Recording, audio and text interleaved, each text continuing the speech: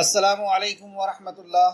الحمد للہ ان الحمد للہ نحمده ونستعینه ونستغفره ونعوذ باللہ من شرور انفسنا ومن سیئات اعمالنا من يهده الله فلا مضل له ومن يضلل فلا هادي له واشهد ان لا اله الا الله واشهد ان محمدا عبده ورسوله رب اشرح لي صدري ويسر لي امري واحلل عقدة من لساني يفقهوا قولي رب زدنی علما رب زدنی علما رب زدنی علما آمین یا رب العالمین۔ ہر قسم کی تعریف اور شکر اللہ رب العزت کے لیے لائق اور زیبا ہے، جو ساری کائنات کا ایک و تنہا خالق، مالک، مربی اور درود و سلام ہو انبیاء اکرام پر، خصوصاً نبی مکرم رحمت للعالمین امام الانبیاء محمد صلی اللہ علیہ وسلم پر۔ معزز سامعین کرام، آج انشاءاللہ تعالیٰ سورہ نساء کی آیت نمبر 92 سے کلاس رہے گی، 92 سے۔ اللہ رب العزت سے دعا ہے کہ اللہ رب العزت ہی معنوں میں قرآن مقدس کو سمجھنے، اس پہ غور و فکر کرنے اور اخلاص کے ساتھ عمل کر کے لوگوں تک پہنچانے کی توفیق عطا فرمائے۔ لفظی ترجمے کے اوپر غور کریں۔ لفظی ترجمہ نکال لیجئے۔ اعوذ باللہ من الشیطان الرجیم، اے اللہ ہم تیری پناہ میں آتے ہیں شیطان سے، اے اللہ تو ہمیں شیطان کے مکر و فریب سے بچا لے۔ بسم اللہ الرحمن الرحیم، اللہ کے نام سے جو رحمان اور رحیم ہے۔ وما کانا، وما اور نہیں، کانا ہے، لیؤمن کسی مومن کے لیے، ان یقتلا ان کے یقتلا وہ قتل کر دے، مؤمنن کسی مومن کو، الا مگر، خطاً خطا سے یعنی غلطی سے۔ تو کسی مومن کے لیے جائز ہی نہیں ہے کہ کسی مومن کو وہ قتل کر دے، اور اگر وہ قتل کرتا ہے تو اس کا گناہ بہت سخت ہے، جو آگے کی آیت میں بیان کیا جائے گا، آیت نمبر 93 میں اور 4 میں۔ لیکن غلطی سے ہو گیا، بغیر نیت، بغیر ارادے کے ہو گیا، تو اس کے تعلق سے کہا جا رہا ہے خطاً خطا سے۔ ومن اور جو قتل کر دے، مؤمنن کسی مومن، خطاً خطا سے، وتحریر کو آزاد کرنا ہے۔ اب کسی نے غلطی سے اگر کسی کا قتل ہو گیا، جیسے ڈرائیوری کر رہا تھا، گاڑی چلا رہا تھا اور اچانک کوئی سامنے آ گیا، تیر چلا رہا تھا لیکن اچانک کوئی سامنے آ گیا اور اس کو لگ گئی، یا کسی ایسی طریقے سے کہ اس کا ارادہ بھی نہیں تھا، نیت بھی نہیں تھی، لیکن کسی مومن کا قتل ہو گیا، تو اسے اس کا کفارہ یعنی اس کی معافی کے لیے، صرف معافی ہی نہیں، اس کے لیے اللہ سبحانہ تعالیٰ نے کفارہ بھی طے کیا، اگر غلطی سے ہوا تو۔ اور اگر جان بوجھ کر کے ہوا ہے تو اس کا کوئی کفارہ نہیں، اس کے لیے سخت سزا کی وعید سنائی گئی۔ ہاں لیکن اگر توبہ کر لے، خالص توبہ، تو وہ ایک الگ میٹر ہے۔ تو یہاں پہ فرمایا فتحریر کو آزاد کرنا ہے، رقبتن ایک گردن یعنی ایک غلام آزاد کرنا ہے، مومنتن مومن کا گردن آزاد کرنا ہے، ودیتن اور دیت ہے، مسلمتن جو سپرد کی جائے گی، الا طرف، اہلی اس کے اہل کے یعنی اس کے وارث کے، جس کا قتل ہوا ہے اس کے وارث کو دیت بھی دی جائے گی، یعنی کچھ رقم دی جائے گی جو 100 اونٹ کی قیمت کے مقابلے میں ہوتی ہے، جس کی تفسیر ہم آگے پڑھیں گے۔ تو ایک گردن آزاد کرنا ہوگا اور 100 اونٹ قیمت یا 100 اونٹ دینے ہوں گے، مگر مگر ان یہ کہ یصدقوا وہ معاف کر دے، اگر جس کا مرڈر ہوا ہے، جس کا قتل ہوا ہے دھوکے سے، اس کے گھر والے اگر معاف کر دیتے ہیں، فَإِن پھر اگر کانا ہے وہ، من قوم تو اگر اسے گھر والے معاف کر دیتے ہیں تو اس کی معافی ہو جائے گی۔ فَإِن پھر اگر کانا ہے وہ، من قوم ایسی قوم سے، عدو لکم جو دشمن ہے تمہارے، جس سے عداوت ہے، وہوا اور وہ مؤمن مومن ہے، فتحریر تو آزاد کرنا ہے، رقبتن ایک گردن، مؤمنتن مومن کا، اگر دشمنی بھی ہے اس قوم سے تو بھی تمہیں ایک گردن آزاد کرنا ہوگا۔ وَإِن اور اگر کانا ہے وہ، مطلب جس کا قتل ہوا ہے دھوکے سے، ہے وہ، من قوم اس قوم سے، بینکم درمیان تمہارے، وبینہم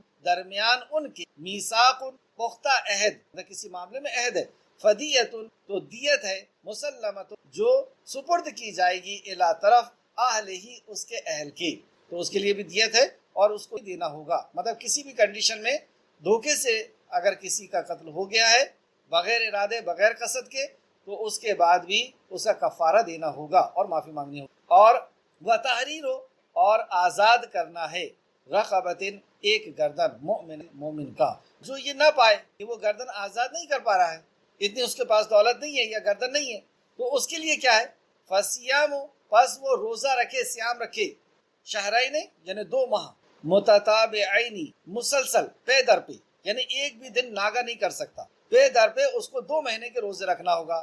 اگر خاتون ہے کچھ دنوں اگر وہ روزہ نہیں رکھ سکتی ہیں تو اس کے بعد فوراً ہی روزہ رکھنا شروع کرنا ہوگا۔ اگر ایک دن کا بھی بغیر شرعی عذر کے روزے کا ناگا ہوتا ہے تو پھر سے 2 مہینے کے روزے رکھنا ہو، تو ایسے پے در پہ ایک ساتھ اس کو روزہ رکھنا ہو۔ توبۃ، توبہ کا، قبول کرنے کا، من اللہ، اللہ کے طرف سے، وکانا، اور ہے اللہ علیمن، بہت علم والا، حکیمہ، بہت حکمت والا۔ یہ اللہ نے اپنے علم اور اپنی حکمت سے اس قانون کو طے کیا۔ اس کے اندر کیا کیا حکمتیں ہیں انشاءاللہ تعالیٰ تفسیر میں ہم وہ بھی پڑھیں گے۔ ومن، اور جو کوئی یقتل، قتل کر دی، مؤمنن، اب یہ قصدن قتل ہے، یعنی جان بوجھ کے نیت اور ارادے کے ساتھ کسی نے قتل کیا، اس کی سزا سنائی جا رہی ہے۔ ومن، اور جو یقتل، قتل کر دے، مؤمنن، کسی مومن کو، متعمدن، جان بوجھ کر، فجزاؤہ، تو بدلہ ہے اس کا، مطلب اس کی سزا، اس کا بدلہ ہے جہنم، جہنم، خالدینہ، ہمیشہ رہے گا اس میں، خالدینہ ہمیشہ کے لیے آتا ہے، رہنے والا ہے، فیہا، اس میں، وغضبا، اور غضب ناک ہے، اللہ اس سے، یعنی اللہ اس سے غضب ناک ہے، بہت زیادہ ناراض ہے، علیہ، اس پر، لعنہ، اور اس نے لعنت کی اس پر، یعنی اللہ کا غضب بھی ہے اس پر اور اللہ کی لعنت بھی ہے اس پر، یعنی اللہ کی رحمت سے وہ دور ہو گیا، اللہ کی لعنت یعنی اللہ کی رحمت سے دور ہو گیا، اللہ کا عذاب ہے اس پر۔ وعدہ، اور اس نے تیار کر رکھا ہے، لہو، اس کے لیے، عذاباً، عذاب، عظیمہ، بہت بڑا عذاب۔ آئے تفسیر کی طرف۔ آج قتل کے تعلق سے کلاس رہے گی۔ قتل کے تعلق سے کیونکہ ہم تفسیر کے ساتھ پڑھیں گے، آپ لوگوں کے ذہن میں یہ بات آ سکتی ہے کہ قتل کے تعلق سے اتنا تفسیر کے ساتھ پڑھنے کی کیا ضرورت ہے، ہم میں سے کوئی تو قتل کرتا نہیں ہے۔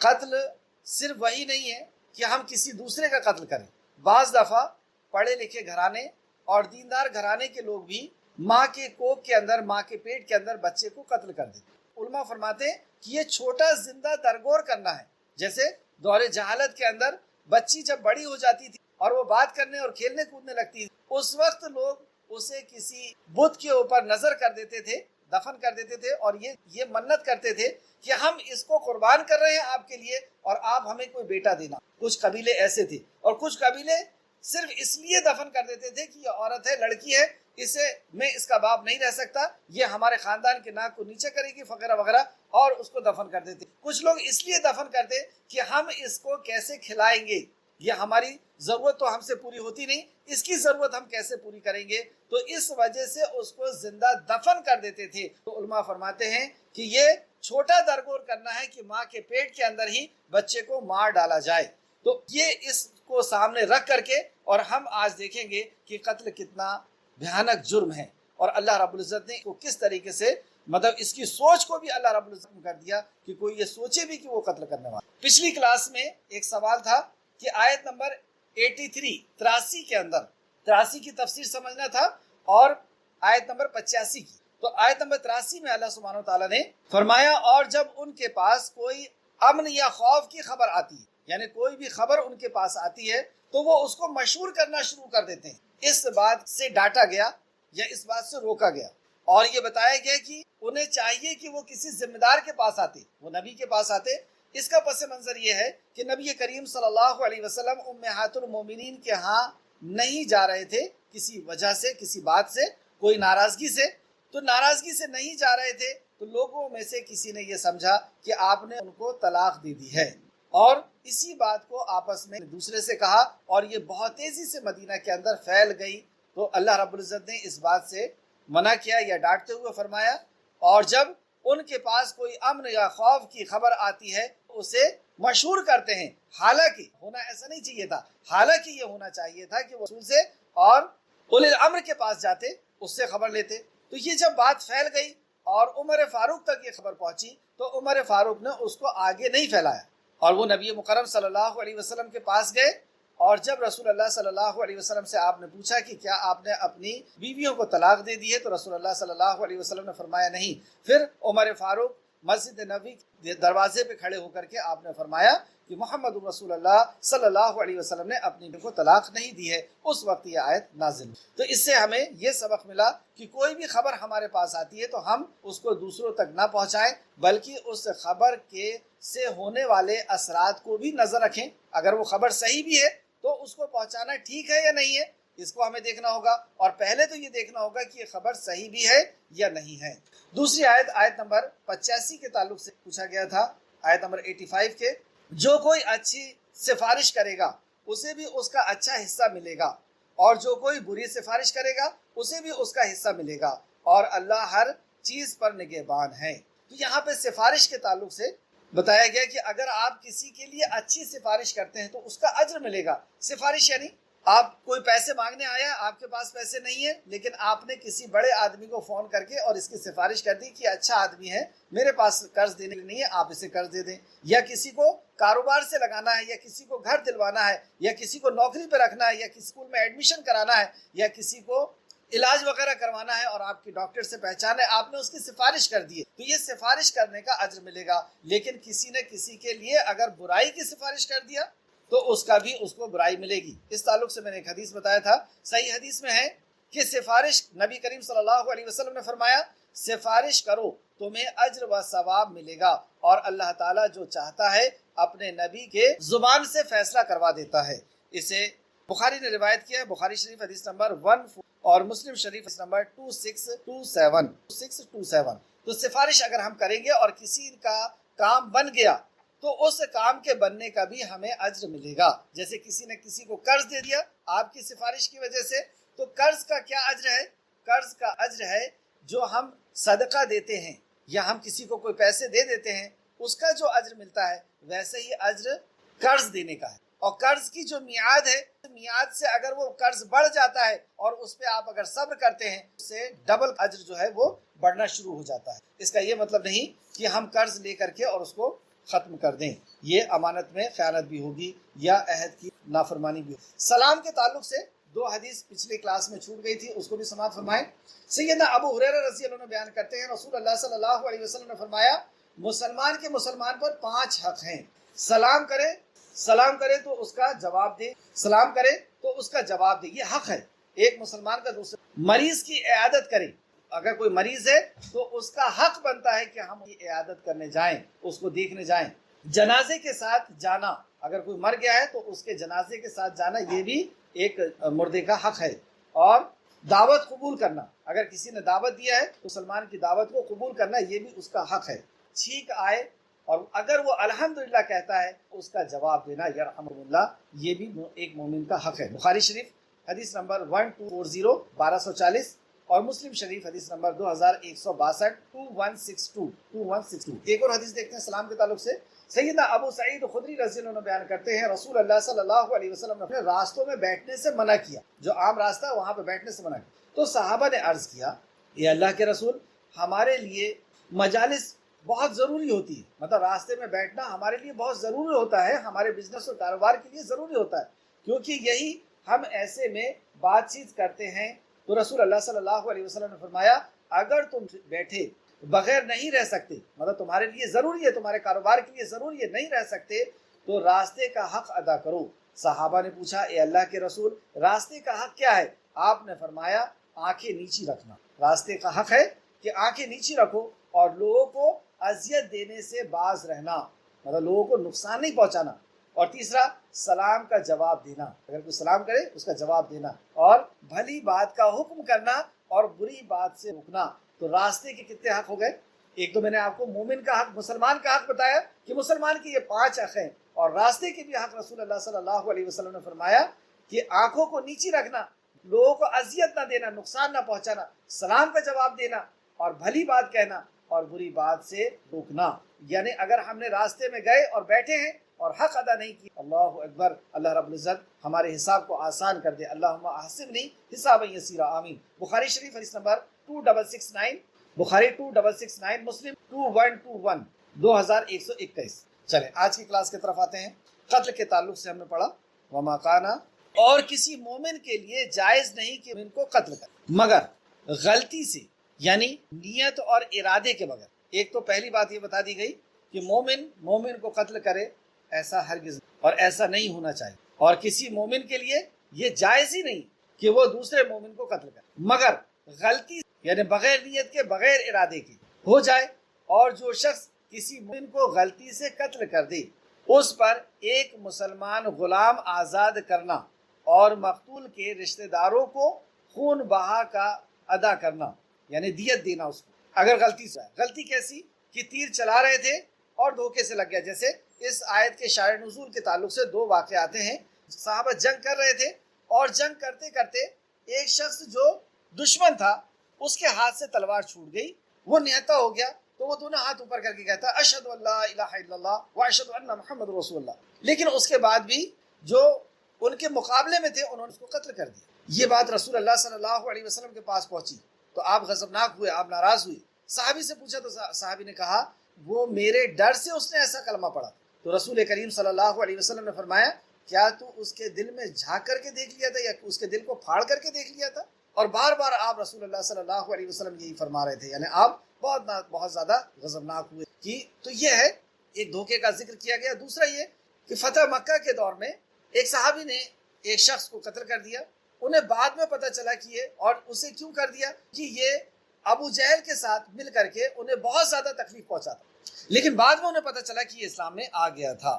یا ایسا کوئی معاملہ ہو کہ ہم گاڑی چلا رہے ہیں اور اچانک دھوکے سے کوئی سامنے آ گیا اور اس کی موت ہو گئی، تو ہمارا ارادہ بھی نہیں تھا اور نیت بھی نہیں تھی۔ جیسے کوئی کہیں تیر چلا رہا ہے نشانے کو اپنے بنانے کے لیے اور دھوکے سے کوئی سامنے آ گیا اور اس کی موت ہو گئی، تو ایسی جو دھوکے کی موت ہے اس کے لیے کیا سزا ہے، اس کی معافی کیسے ہوگی؟ تو اس کی معافی کے لیے ایک گردن آزاد کرنا ہے، اور جو مقتول کے گھر والے ہیں جس کا قتل ہوا ہے اس کے گھر والے ہیں ان کو دیت دینی ہو۔ تو دیت کیا ہے؟ یہ 100 اونٹ ہے جس کی تفسیر آگے آنے والی ہے۔ ہاں اگر وہ لوگ معاف کر دیں، یعنی جو گھر والے ہیں وہ اگر معاف کر دیتے ہیں تو ٹھیک ہے، تو اور بات ہے۔ پھر اگر وہ مقتول یعنی جس کا قتل ہوا ہے ایسے قوم میں سے ہو جو تمہارے دشمن ہوں جبکہ وہ خود مومن ہوں، تو ایک مسلمان غلام آزاد کرنا ہوگا، اگر وہ دشمن بھی ہے تو بھی تمہیں کفارہ دینا ہو، یہ کفارہ کہلاتا ہے۔ اور اگر وہ ایسی قوم میں سے ہے کہ تمہارے اور ان کے درمیان معاہدہ ہے، ہو چکا ہے، تو اس کے وارثوں کو خون بہا دیا جائے گا اور ایک مسلمان غلام آزاد کیا جائے گا، اس کے باوجود بھی تمہیں اس کی جو ہے کفارہ وہ ادا کرنا ہو۔ پھر جو شخص غلام آزاد نہ کرنے کی طاقت رکھتا ہو، مطلب غلام آزاد نہیں کر سکتا، پھر جو شخص غلام آزاد کرنے کی طاقت نہ رکھتا ہو تو وہ پے در پہ 2 ماہ کے لگاتار روزے رکھے، تو یہ روزے بھی ایسے رکھے گا کہ ایک دن کا بھی ناگا نہیں ہو سکتا۔ لیکن اگر کسی خاتون نے قتل کیا ہے تو وہ جن دنوں میں نماز پڑھنا ان کو نہیں رہتا ہے ان دنوں کی تو چھوٹ ہے، اس کے بعد ایک دن کا بھی ناغا نہیں کر سکتے۔ اگر ایک دن کا بھی ناغا بغیر شرعی ہوتا ہے تو وہ پچھلے روزے جو رکھے ہیں وہ سب مائنس ہو جائیں گے اور پھر سے پورے 2 مہینے کے روزے رکھنا ہوگا۔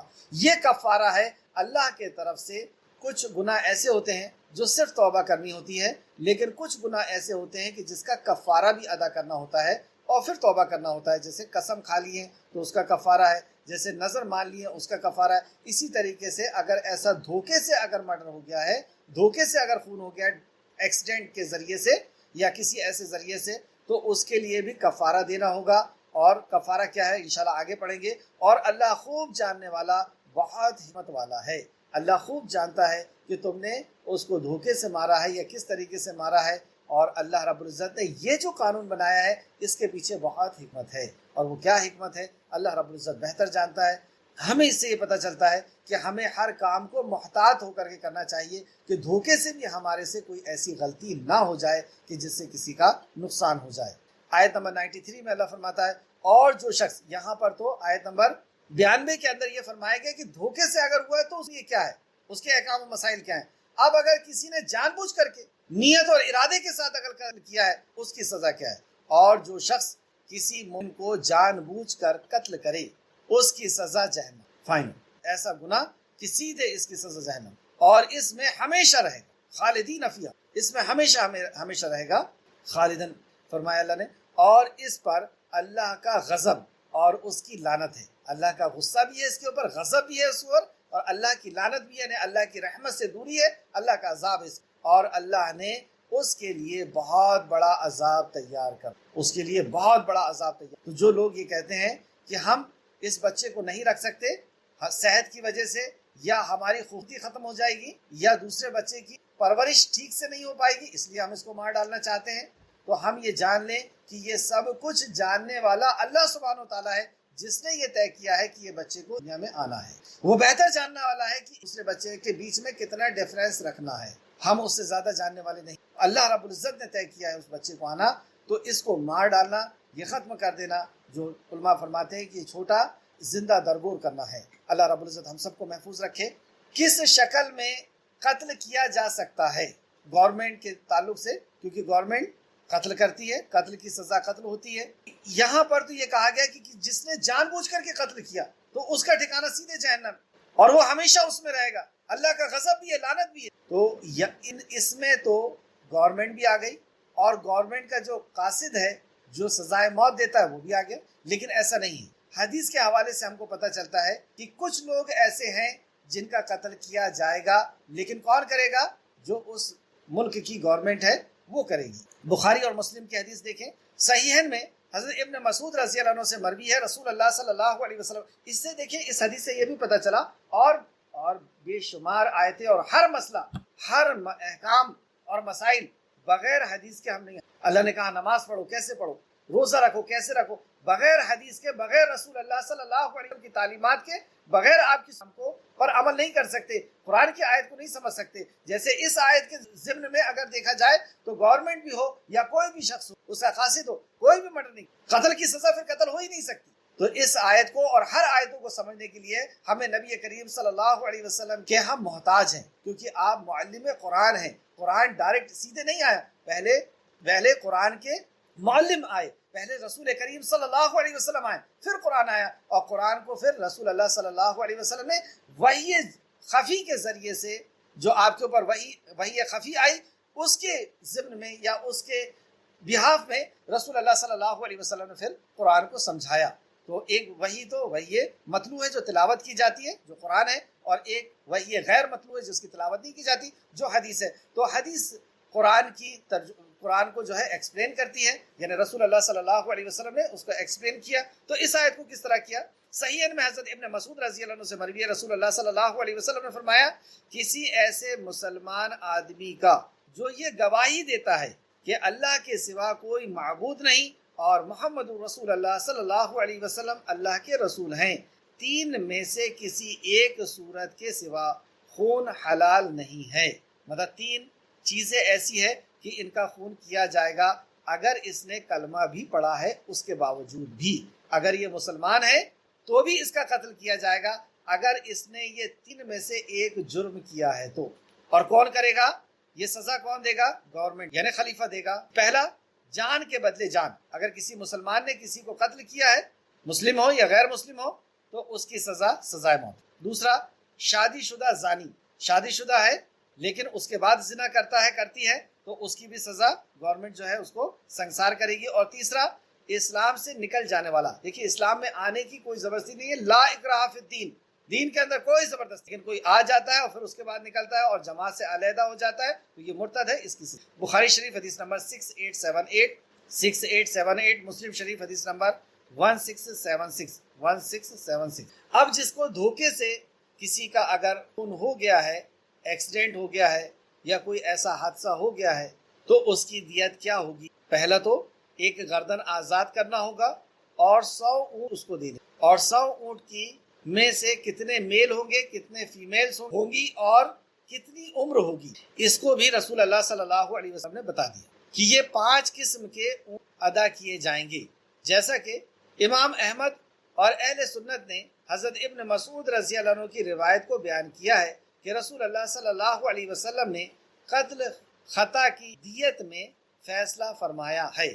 قتل خطا کی یعنی دھوکے سے، بغیر ارادے، بغیر نیت کا قتل اگر ہو گیا ہے تو اس کا فیصلہ رسول اللہ صلی اللہ علیہ وسلم نے اس طرح دیا، 20 اونٹنیاں یعنی فیمیل جو عمر کے دوسرے سال میں داخل نہیں ہوں، 20 میل اونٹ یعنی میل جو عمر کے دوسرے سال میں داخل ہو گئے ہوں، 20 اونٹنیاں یعنی فیمیل جو عمر کے تیسرے سال میں داخل ہو گئی ہوں، پھر 20 اونٹ یعنی میل جو عمر کے 5ویں سال میں داخل ہو گئے ہوں، اور پھر 20 میل اونٹ جو عمر کے 4تھے سال میں داخل ہو گئے ہوں۔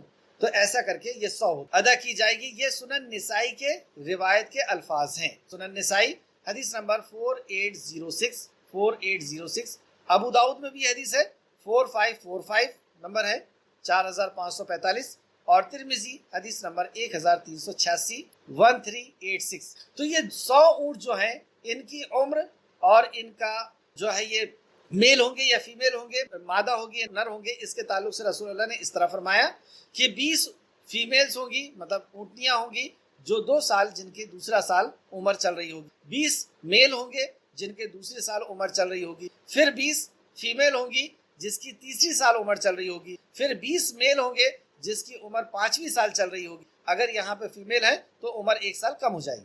پھر اسی طریقے سے 20 اگر میل ہیں عمر 4 سال ہوگی۔ ایسا کر کے یہ 100 اونٹ بنتے ہیں، تو 100 اونٹ دینا ہوگا۔ ایک چیز اس میں اور سمجھنے کی ہے کہ ابو داؤد کی روایت کے مطابق 800 دینار اور 8000 درہم یہ دیت طے کی گئی تھی، اور ترمذی کی روایت کے مطابق 12000 دینار ہے، اور عمر فاروق کے خلافت کے دور میں اس کی قیمت کچھ اور ہے۔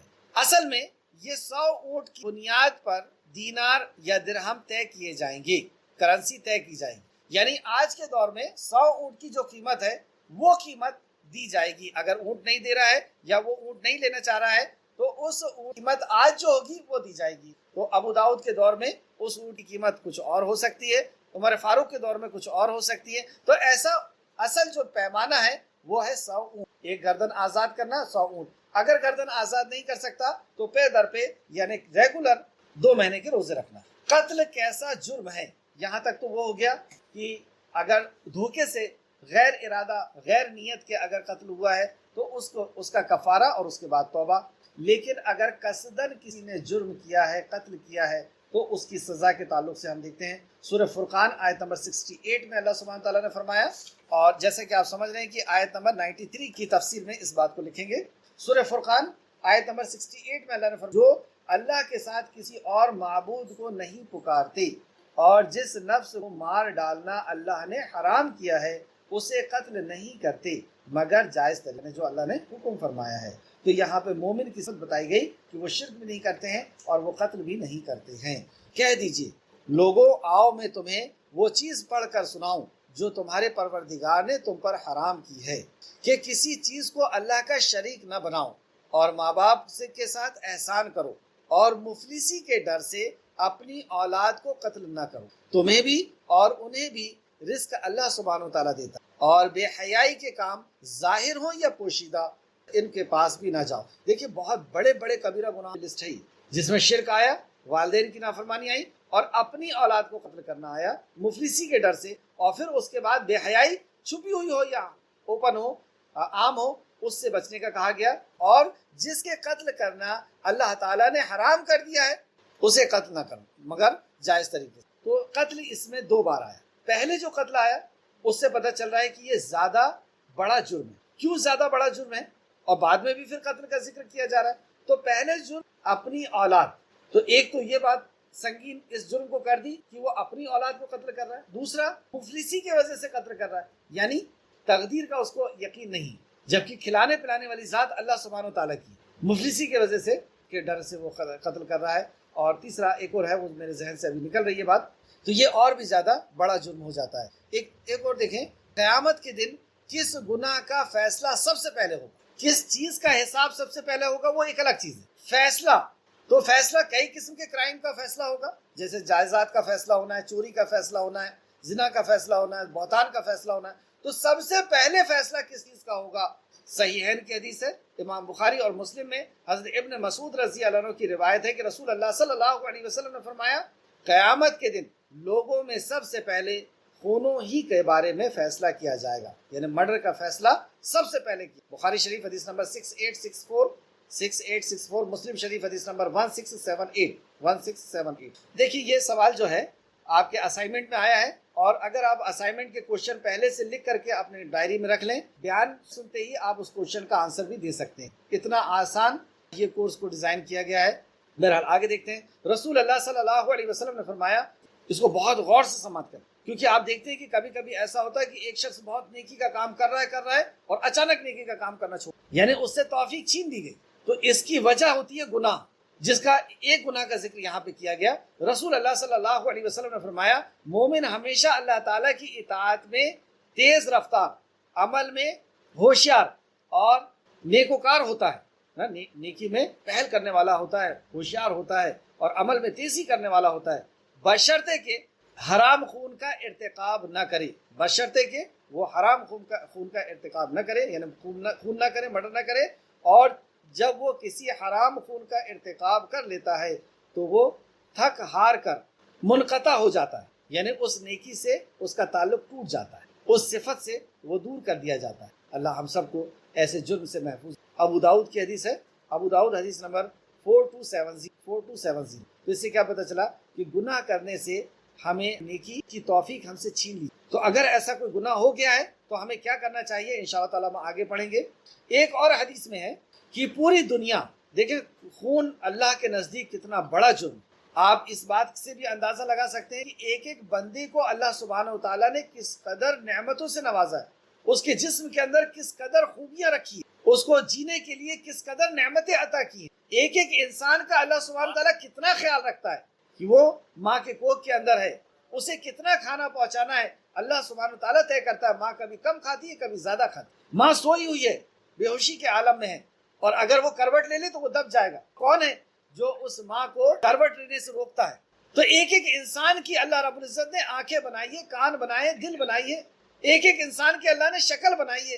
وہ اللہ رب العزت اس سے کتنی محبت کرتا ہے۔ اللہ رب العزت نے رحم کے 100 حصے کیے، یہ حدیث میں کئی بار بتا چکا ہوں۔ ایسی محبت کرنے والا رب ہے، اور ہم نے کسی کا قتل اگر کر دیا تو اللہ رب العزت کس قدر ناراض ہوتا ہے، کس قدر ناراض ہوتا ہے۔ جو امام ترمذی نے روایت کی ہے، رسول اللہ صلی اللہ علیہ وسلم نے فرمایا، پوری دنیا کا ختم ہو جانا اللہ تعالیٰ کے نزدیک ایک مسلمان آدمی کے قتل کے نسبت کمتر ہے، یعنی پوری دنیا کا قتل ہو جانا اللہ کے نزدیک، پوری دنیا کا قتل ہو جانا، ختم ہو جانا اللہ کے نزدیک کمتر ہے ایک انسان کے، ایک مسلمان کے۔ اللہ ہم سب کو محفوظ رکھے، انجانے میں بھی اور ایکسیڈنٹ کے سے یا کسی اور وجہ سے قتل ہونے سے بھی اللہ رب العزت ہم کو محفوظ کر لے ایسے بڑے جرم سے۔ یہ ترمذی شریف کی حدیث ہے، ترمذی شریف حدیث نمبر 1395۔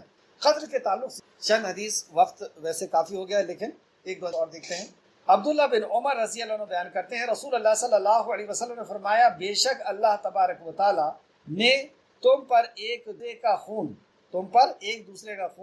مال، ایک دوسرے کا مال اور آبرو یعنی ایک دوسرے کی عزت اچھالنا ناحق کسی طرح حرام کر دیا، یہ حرام کر دیا، جس طرح اس دن یعنی حج اکبر کا دن کہ حرمت ہے، اور اس مہینے ذی الحج کی حرمت ہے، اور اس شہر یعنی مکہ کی جیسی حرمت ہے، ویسی کسی مسلمان کا خون، اس کا مال اور اس کی عزت کی حرمت ہے۔ بخاری اور مسلم روایت کی ہے، بخاری شریف حدیث نمبر 1742 اور مسلم شریف حدیث نمبر 1679۔ ایک اور حدیث دیکھتے ہیں۔ سیدنا عبداللہ بن عباس رضی اللہ عنہ بیان کرتے ہیں کہ رسول اللہ صلی اللہ علیہ وسلم نے فرمایا، کوئی بندہ جب زنا کرتا ہے تو اس حالت میں وہ مومن تھا، کوئی بندہ جب چوری کرتا ہے تو اس حالت مومن نہیں ہوتا، اور کوئی بندہ جب شراب پیتا ہے تو اس حالت مومن، نہ کوئی شخص ناحق قتل کرتا ہے اس حالت میں مومن ہوتا ہے۔ یعنی ایک مومن نہ زنا کرتا ہے، نہ چوری کرتا ہے، اور نہ شراب پیتا ہے، اور نہ مرڈر۔ یعنی اگر کوئی مومن ایسا کر رہا ہے گویا کہ اس وقت وہ مومن، اس وقت اس کے دل ایمان اٹھا لیا گیا۔ اب سوچیں اس حالت میں اگر موت آ گئی تو بغیر ایمان میں کی حالت میں وہ مرے گا۔ شراب کی حالت میں موت آ گئی، زنا کی حالت میں، چوری کی حالت میں، یا قتل کی حالت میں موت آ گئی تو اس وقت جو موت ہوگی اس کی، کیونکہ اس وقت اس کا ایمان نہیں ہے، کیونکہ ایمان والا شخص ایسے گناہ نہیں کر سکتا۔ ہاں اگر گناہ ہو گیا تو بعد میں واپس ایمان آتا ہے، وہ پچھتاتا ہے، روتا دھوتا ہے اللہ کے سامنے، وہ توبہ کرتا ہے، یہ ایک الگ مسئلہ ہے، لیکن اس وقت تو اس کا ایمان اسے اٹھا لیا جائے۔ بخاری شریف حدیث نمبر 6809۔ ایک حدیث اور دیکھ لیں، حالانکہ وقت کافی ہوا ہے، دو حدیث سے۔ رسول اللہ صلی اللہ علیہ وسلم نے فرمایا، اس کے راوی جو ہیں سیدنا انس رضی اللہ عنہ، حضرت انس فرماتے ہیں رسول اللہ صلی اللہ علیہ وسلم سے کبیرہ گناہوں کے بچا گیا تو آپ نے فرمایا وقالا قتل النفس، شرک کرنا، والدین کی نافرمانی کرنا اور قتل کرنا اور جھوٹی گواہی دینا۔ جھوٹی گواہی دینا بھی اتنا سخت، اللہ رب العزت جھوٹی گواہی سے بھی ہمیں محفوظ رکھے۔ بخاری شریف حدیث نمبر 6871 تو یہاں پہ 4 کبیرہ گناہوں کے بارے میں ذکر کیا گیا، جس میں سر فہرست شرک ہے، والدین کی نافرمانی، تیسرا قتل ہے اور چوتھا جھوٹی گواہی۔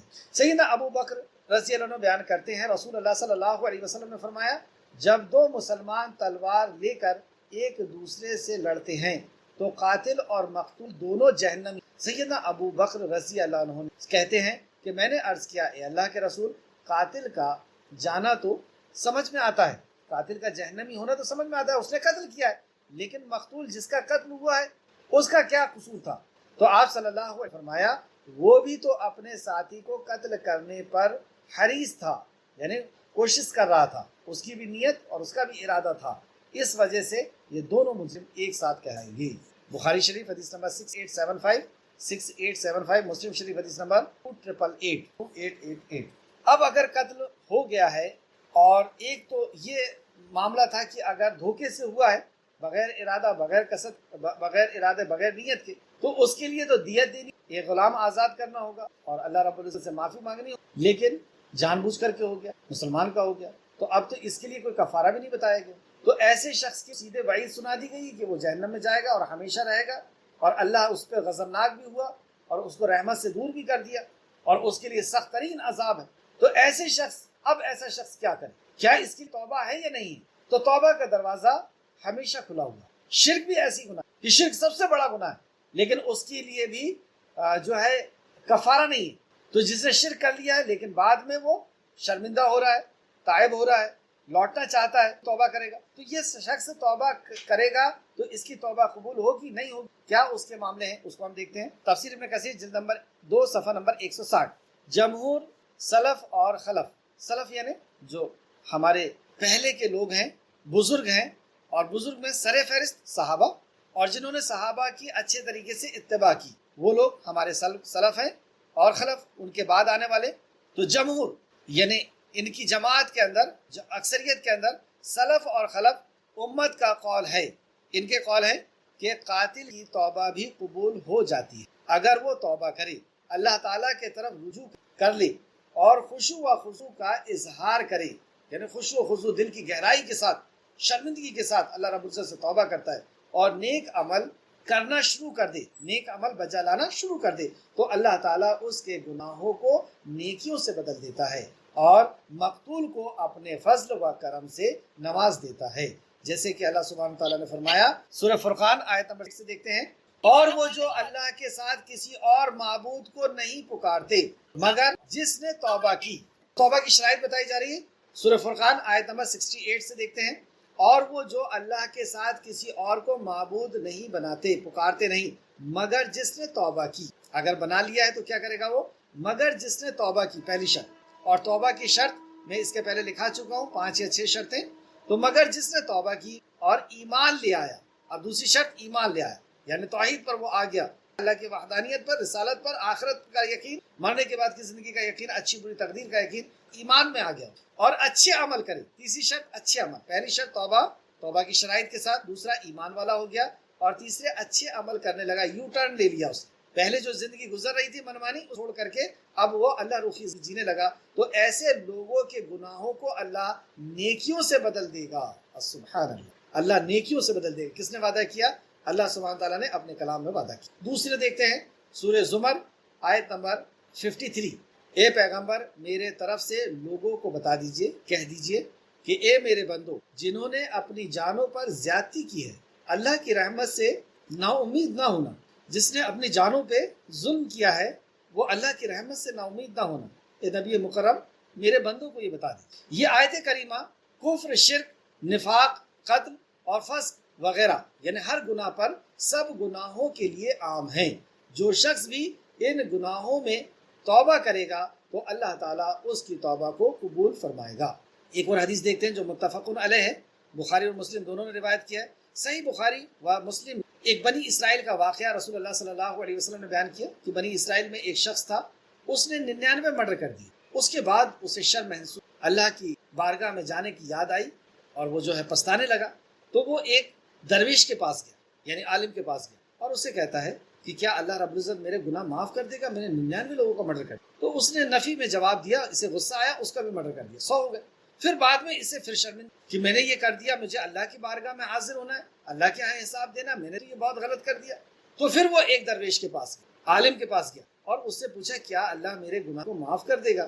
تو اس نے کہا کیوں نہیں، آپ کے اور توبہ کے درمیان کون حائل ہو سکتا ہے؟ یہ آپ کے اور آپ کی توبہ کے درمیان کون حائل ہو سکتا ہے؟ پھر اس نے ایک بستی کے طرف بھی رہنمائی کی کہ وہاں جا کر اللہ تعالیٰ کی عبادت کر۔ اس میں کیا حکمت تھی؟ اس عالم کی حکمت تھی کہ یہاں پہ تمہاری سنگت ہے، اور سنگت چھوڑنا ایمان والے بننے کے لیے ضروری ہے۔ ایمان والا پیدا ہونے کے لیے چند اہم چیزیں ہیں، اس میں سے ایک سنگت ہے، دوسرا قرآن کا گہرائی سے مطالعہ، حدیث کا گہرائی سے مطالعہ، اور توحید کا اچھی طریقے سے توحید کے مسائل کا جاننا اور توحید پرست ہونا۔ یہ 4 چیزیں ایسی ہیں جو بہت زیادہ اہم ہیں۔ تو یہاں پر انہوں نے بتایا، پھر اس نے ایک بستی کے طرف بھیجا کہ وہ بستی نیک لوگوں کی تھی، اچھے لوگوں کی تھی، تو ان کے ساتھ رہ کر کے اس کے اندر جو ہے چینج آئے گا۔ تو یہ حکمت انہوں نے اپنائی۔ پھر اس نے کہا کہ ایک بستی کی طرف بھی رہنمائی کی کہ وہاں جا کر اللہ کی عبادت کر۔ اس نے اس بستی کے طرف ہجرت کی، اسے راستے میں ہی موت آ گئی، کیونکہ موت کا تو ایک وقت مقرر ہے۔ تو اس کی روح کو رحمت کے فرشتے نے اپنے قبضے میں لے لیا۔ یہ بڑی حدیث ہے، تو آپ اس میں دیکھیں گے کہ کیا کیا واقعہ ہوا تھا۔ جب یہ مرنے لگا تھا تو یہ ایسا حریص تھا توبہ کے لیے۔ دیکھیے ابھی توبہ نہیں کیا، توبہ کرنے جانے کے لیے جہاں پہ عالم نے کہا تھا وہاں جا رہا ہے، راستے میں، اور دیکھا کہ جب میری موت ہونے لگی تو اس نے اپنے آپ کو نیک لوگوں کی بستی کی طرف جھکایا، یعنی گھسٹا ہوگا یا جھکایا ہوگا یا آگے بڑھا ہوگا۔ اللہ سبحانہ تعالیٰ نے اس ادا کو پسند، اور اللہ رب العزت نے رحمت کے فرشتوں کو کہہ کر کے اور اس کی روح کو قبض کروائی۔ یہ پوری حدیث آپ ضرور پڑھیے گا، بخاری میں حدیث ہے اور مسلم میں بھی۔ بخاری نے کئی جگہ بھی بیان کیا اس حدیث کو، بخاری شریف حدیث نمبر 3470 3470، اور مسلم شریف حدیث نمبر 2766 آیت نمبر 94۔ اے لوگوں جو ایمان لائے ہو، جب تم اللہ کے راستے میں نکلو تو تحقیق کر لو، یعنی کہیں اگر تم اللہ کے راستے میں جا رہے ہو تو تحقیق کر لو کہ کس قوم کے طرف جا رہا ہو، کیا وہ اللہ کی فرما بردار ہے یا نافرمان ہے نا، اللہ کا انکار کرنے والی ہے یا اقرار کرنے والی۔ تو اے لوگوں جو ایمان لائے ہو، جب تم اللہ کے راستے میں نکلو تو تحقیق کر لیا کرو، اور جو شخص تمہیں سلام کرے تو اس کے متعلق یہ نہ کہو مومن نہیں ہے۔ کوئی شخص نے اگر سلام کیا ہے، اب وہ محفوظ ہو گیا تم سے، اب تم اس کو مار نہیں سکتے، تم اس کی دولت سے نہیں کھیل سکتے، اس کی عزت سے بھی، عزت کے اوپر بھی تم ہاتھ نہیں ڈال سکتے، جو پہلے میں نے حدیث آپ کو سنایا۔ تو اگر وہ سلام کرتا ہے تو تمہیں یقین کرنا ہے کہ تم دنیاوی زندگی کا سامان نہ چاہو، یعنی اس سے جنگ کر کے مال غنیمت حاصل کر کے دنیا کی زندگی کا سامان تم چاہتے ہو، تو اللہ کے پاس تمہاری بہت سے مال غنیمت ہے۔ اگر تم دنیا کا ہی سامان چاہتے ہو تو اللہ کے پاس بہت۔ تم اس سے پہلے خود بھی اس حالت میں مبتلا رہ چکے ہو کہ تم ایمان والے تھے لیکن ایمان کو چھپا چھپا کر کے رہ رہے تھے، پھر اللہ نے تم پر احسان کیا، لہٰذا معاملے کی تحقیق کر لیا کرو، یعنی جس قوم پہ تم سے جنگ ہو رہی ہے تو اس کے بارے میں تحقیق کر لیا کرو، بے شک تم جو عمل کرتے ہو اللہ اس سے خوب باخبر ہے، بے شک اللہ تو ہمارے عمل سے باخبر ہے۔ آیت نمبر 95۔ کسی عذر کے بغیر پیچھے بیٹھے رہنے والے مومن اور اللہ کے راستے میں اپنے مالوں اور اپنی جانوں کے ساتھ جہاد کرنے والے برابر نہیں ہو سکتے، یعنی جو لوگ نبی کریم صلی اللہ علیہ وسلم کے ساتھ، جو صحابہ اکرام میدان کارزار میں گئے تھے، ظلم کے خاتمے کے لیے گئے تھے، اور جو لوگ نہیں گئے، یہ دونوں اجر میں برابر نہیں ہو سکتے۔ اللہ نے اپنے مالوں اور اپنے جانوں کے ساتھ جہاد کرنے والوں کو پیچھے بیٹھے رہنے والوں پر مرتبے میں فضیلت عطا کی ہے، جو نبی کریم صلی اللہ علیہ وسلم کے ساتھ جا کر کے اور ظلم کا خاتمہ کر رہے تھے، اور جو نہیں گئے تھے ان کے درجوں میں اللہ رب العزت نے بہت زیادہ بلندی کی ہے۔ جنت کے کتنے درجے ہیں؟ 100 درجات، اور ایک درجہ دوسرے درجے سے اتنا اونچا ہے جتنا یہاں سے آسمان، اتنا اونچائی پہ۔ اچھا، اونچی جنت اور نیچی جنت سے کیا مراد ہے؟ جنت میں ایک نعمت ہے جو سب سے بڑی نعمت، اور وہ نعمت ہے اللہ سبحانہ وتعالیٰ کا دیدار۔ تو جو جتنی اونچی جنت میں ہوگا اللہ رب العزت کا دیدار، لیکن ہر جنتی کو ایسا دیدار ہوگا۔ رسول اللہ صلی اللہ علیہ وسلم نے فرمایا کہ جس طرح تم چاند کو دیکھتے ہو تو بغیر کسی اڑچن کے، اس طریقے سے اللہ رب العزت کے دیدار کو بھی بغیر کسی اڑچن کے۔ اب دیکھنے میں فرق ہے۔ تو جو جتنی اونچی جنت میں جائے گا وہ اتنا ہی قریب اللہ سبحانہ تعالیٰ کے ہوگا. اور سب سے اونچی جو جنت ہے جس کے تعلق سے حریص ہونے کے تعلق سے نبی مکرم نے بار بار جو ہے رغبت دلائی ہے کہ جنت جب بھی مانگو تو جنت الفردوس مانگو، جہاں سے نہریں نکلتی ہیں، اور جو جنت جو ہے سب سے اونچی اور سب سے اعلیٰ اور عرفہ ہے. آگے اللہ فرماتا ہے اور اللہ نے سب سے بھلائی کا وعدہ کیا. جو بھی اللہ رب العزت کے راستے میں نبی مکرم کے ساتھ گئے تھے اللہ نے ان سے وعدہ کیا ہے، اور اللہ نے مجاہد پیچھے بیٹھے رہنے والوں کے مقابلے میں بہت بڑا اجر دیا ہے، بہت بڑا اجر دیا. آیت نمبر 96 آج کی کلاس کی آخر آیت. ان کے لیے اللہ کی طرف سے درجے ہیں اور بخشش اور رحمت، اور اللہ تعالیٰ بہت بخشنے والا نہایت رحمانے والا ہے. ان کے لیے بے شمار نعمتیں ہیں، اس میں سے صرف ایک نعمت کا میں آپ کو ذکر کرنا چاہوں گا کہ اللہ رب العزت نے ان کے لیے برزخ کی زندگی نہیں رکھی. یہ شہید ہوتے ہیں اور سیدھے اللہ رب العزت میں ان کو داخلہ مل جاتا ہے، ان کا خون زمین میں نہیں ٹپکتا اور ان کی بخشش ہو جاتی ہے. لیکن وہ لوگ جو قرض دار ہوتے ہیں ان کا حساب ضرور وہ اس سے روک لیے. آخر میں اللہ رب العزت سے دعا ہے کہ خالق ہمارے جو کچھ بھی ہم نے پڑھا اس پہ ہمیں مزید غور و فکر توفیق عطا فرما. جب تک ہمیں زندہ رکھ، اخلاص اور عمل صالح کے ساتھ ہمیں زندہ رکھ، ہمارا خاتمہ بالخیر فرما اور نیکوکاروں کے ساتھ ہمارا شمار فرما دے. اللہم صلی علی محمد وعلی آل محمد کما صلیت علی ابراہیم وعلی آل ابراہیم انک حمید مجید. اللہم بارک علی محمد وعلی آل محمد کما بارکت علی ابراہیم وعلی آل ابراہیم انک حمید مجید. السلام علیکم ورحمۃ اللہ وبرکاتہ.